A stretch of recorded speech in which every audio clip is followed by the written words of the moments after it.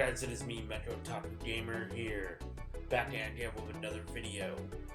And I have something special today. I asked a couple of my friends here on YouTube if they wanted to join me in talking about some video game holy grails. Ones that we either really wish that we had in our collection, but don't, either due to rarity or price or whatever the reason may be, or ones that we are so happy to have in our collection. Let it be ones that we've wanted for a long time and just finally were able to get them. Like, there's a couple for me that I can't wait to share at the end, and there's also some gaming grails that I really want that you probably wouldn't expect for me to ever be able to get, and hopefully I will be able to get them. So with that, let's dive into talking about some video game grails. I can't wait to see what you guys think about what some of my friends have decided to choose. I let them choose multiple games to talk about, and with that, let's start off with a good friend of mine from down under. Oh, and if you guys like this video, don't forget to comment, like, and subscribe. Yeah, so let's get on with some gaming grails. What's going on, guys? Uppernimbus here. So today I'd like to thank Mecha Otaku Gamer for inviting me to this collaboration of his. So the first game I do want to talk about is a retro Nintendo game, and that is the original Paper Mario for the Nintendo 64. So this is a game that I always hired out from Blockbuster and other video stores when I was a child. I loved going to those stores and browsing movies and games and hiring out things that really caught my attention. And one of those games that had always eluded me was Paper Mario 64. Now, I was a kid, so I couldn't really afford my own Nintendo 64 collection, but luckily with my adult life, I was able to get this game for about $200 AUD. Now that is actually quite expensive, but I didn't really care at the time. I actually picked this up back during the pandemic. I should probably show you the cartridge so that, you know, to prove that I've got the actual game. So that's the cartridge for Paper Mario 64. It is in absolute pristine condition. The chase was awesome the day I got it. So basically, I had to get a train to the other side of town to pick up this bad boy, but it was totally worth it for the trip and also the $200 price tag. It does come with this rental box from, well, was it Blockbuster?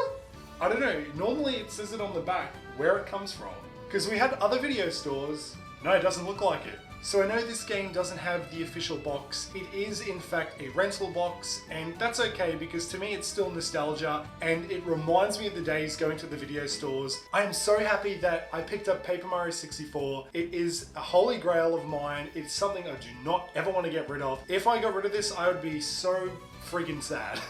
And so my second game choice for a holy grail is actually the Xenoblade Chronicles 2 Collector's Edition. When Xenoblade 2 came out for the Nintendo Switch, I wasn't really aiming to collect for, well, limited editions, and I thought, screw it, you know, I didn't have a job at the time back in 2017, I couldn't really afford a whole bunch of stuff or a lot of different fancy-pantsy collectibles, and I thought I'll just get the standard edition, and I also got the Pro Controller at the time. But boy oh boy did I wish that I got this back then, because obviously prices inflated and they went up exponentially over the many years, and yeah, I was really shocked when I saw prices for this, at least in the Australian dollar, bordering near $1,000 Australian. That is terrifying, because I'm pretty sure at retail, this might have been about 160 AUD, which is pretty standard here for a collector's edition. So for this to like climb up like 8 times the price at least, over what, like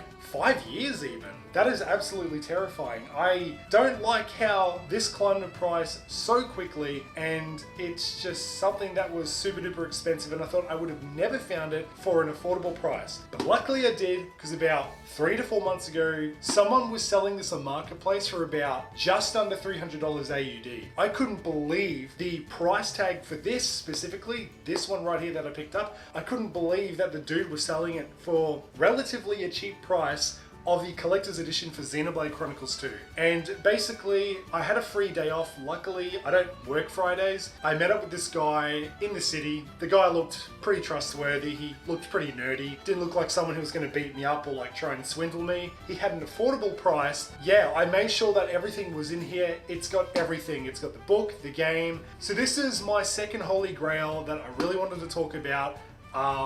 Yeah, so that's it. Mecha Otaku Gamer, thank you so much for inviting me on this collaboration. I hope you enjoyed what you saw today with what was in my little collection. I am looking forward to everybody else's choice and picks for their Holy Grails within this collaboration. So until the next time, everybody, Uppernimbus is signing off. Some hidden gems that I want are actually games that I used to have that I don't have anymore. Whenever I'm game hunting with Raymond, if you ever see me in like the vlogs doing it, I'm always looking for some specific games, and let me tell you what they are now. Now, I'm counting one as like a whole group of games, and that is pretty much all the DS Pokemon games. Specifically, we're talking Soul Silver, Platinum, White 2. I'm talking Game Boy Advance ones as well, specifically Leaf Green and Emerald. I actually used to have all of those. However, they got stolen straight from the boxes. But that's its own thing. So I've been on recovery for a while looking for it because those games are my childhood. I loved those games. I adored those games. Leaf Green literally was the best way to play Gen 1, and I stick to that even after Let's Go Pikachu came out. I think Let's Go Pikachu is probably the worst way to play through Gen 1, honestly. I still think Emerald is superior to Mega Ruby Alpha Sapphire. They really butchered Battle Frontier. Platinum is, I'm sure a lot of people would agree, Platinum is still the ultimate way to play Sinnoh. And of course there's the Unova games, and the stories for Gen 5 games were actually really good. Though I didn't appreciate them at the time, I definitely do now in hindsight. And the problem with trying to get these games, why I haven't been able to get them, is because I haven't been able to find them. Thankfully, Another Castle is pulling through and actually found a different one of their locations that had Soul Silver. So they are sending it to the one that I usually go to, and then they'll call me when it comes in, and then I'll buy it there. So I'm at least getting Soul Silver back. And then there's a coworker who's thinking about offering to sell me Platinum, so hopefully I can get that too. So yeah, basically when it comes to those ones, it's just the matter of finding them, and like if they're expensive, then it is what it is. Another one that I want to get, mainly because I didn't get the chance to play them and I never played a Mario & Luigi game, is Mario & Luigi Bowser's Inside Story plus Bowser Jr.'s Journey. And I figured if I'm going to get it, if I'm going to play this game, Bowser's Inside Story, I don't want to play the OG version on the DS. I want to play the remastered version on the 3DS with the extra content added in.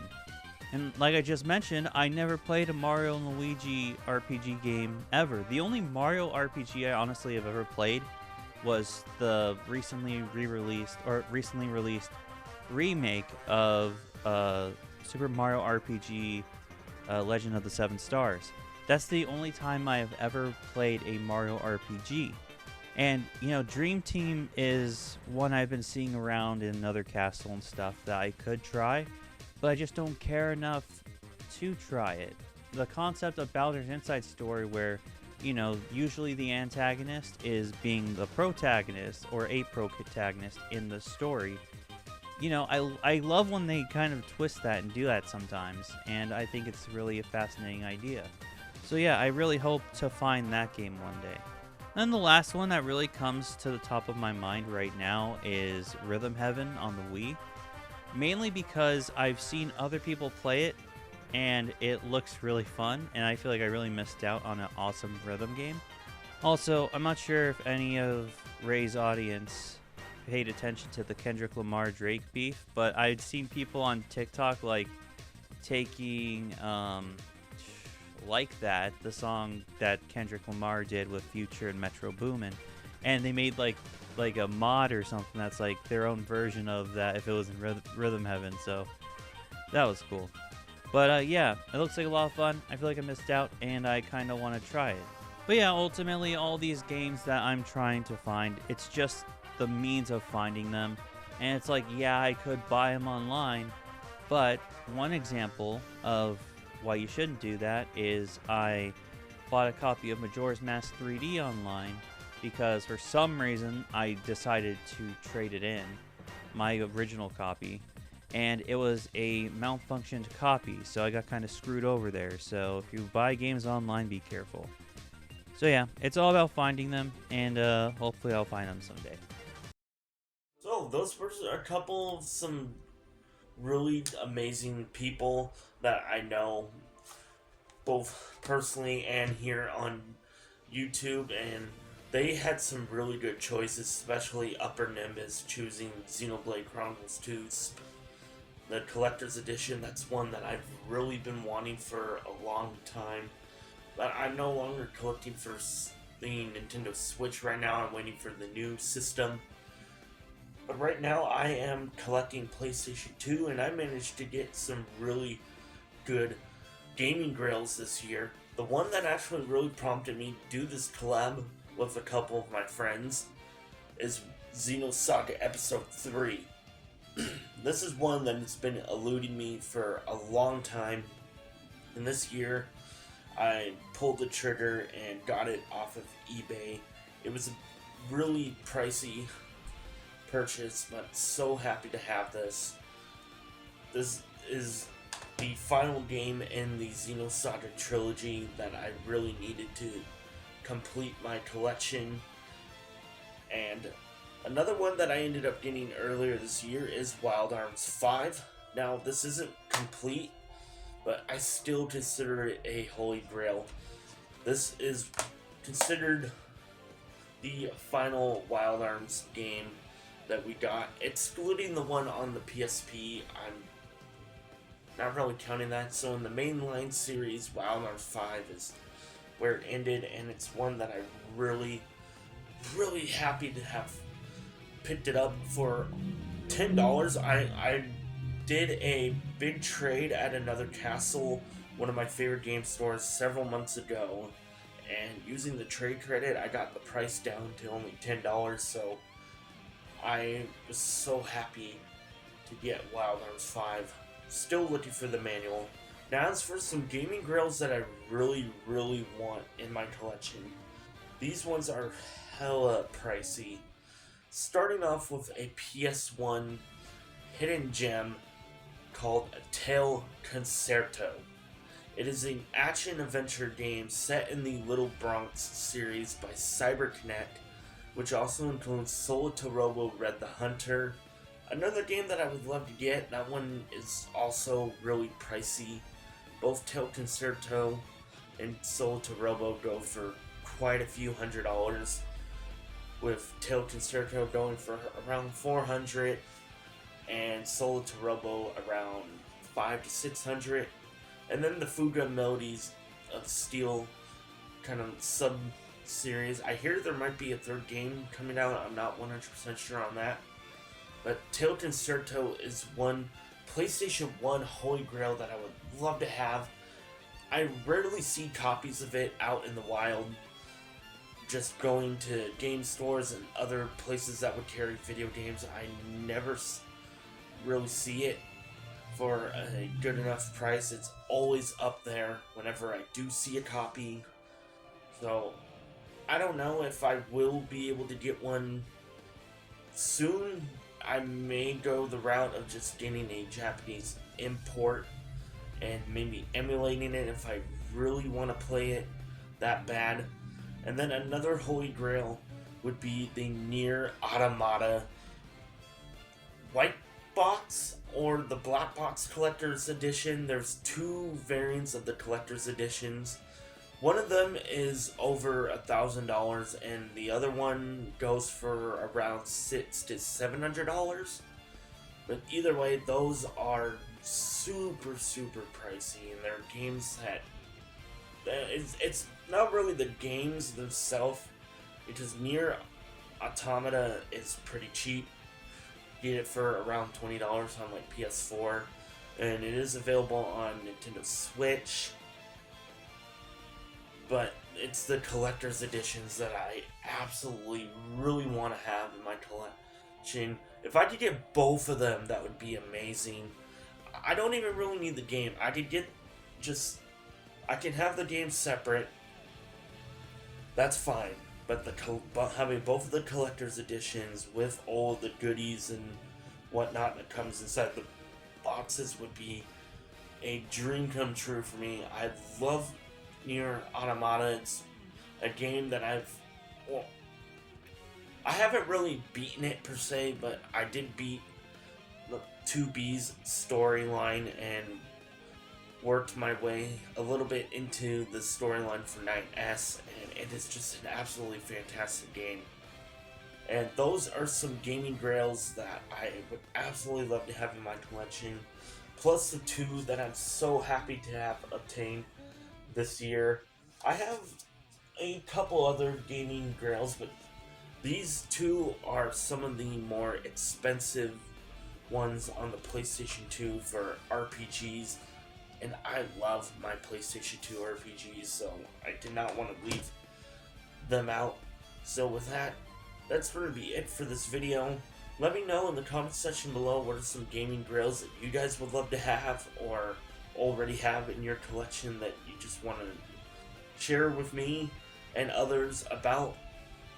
Feel free to just leave a comment in the comment section below. And with that, I am Mecha Otaku Gamer. I will see you guys in the next video. Peace!